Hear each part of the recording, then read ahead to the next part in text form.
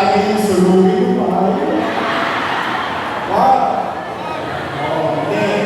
Ang good news, kaya kami pinatawag agad dahil nagpadagdag si Presidente para sa inyo.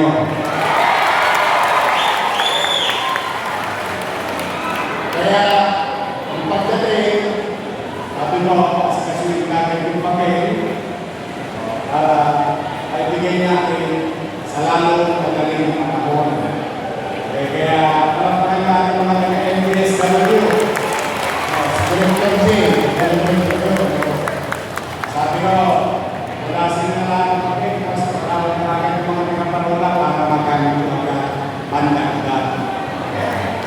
Ngayon, ay pinadala si Presidente 10 million mahigit. Siyempre, pag-ayit-ayit yun. O lumabas, bawat isa sa inyo, dinagdag, nabigay si President Marcos natin pa 5,000 pesos. So, kapit lang. Yawa Diyos. Basta ko, lagi kong uulit-ulit. Kahit na magulo ang politika sa nasyonal, basta tayo dito sa Manila, chill-chill lang. 2 years lang, 2 years. Ang importante, mapadamit tayo sa suliran,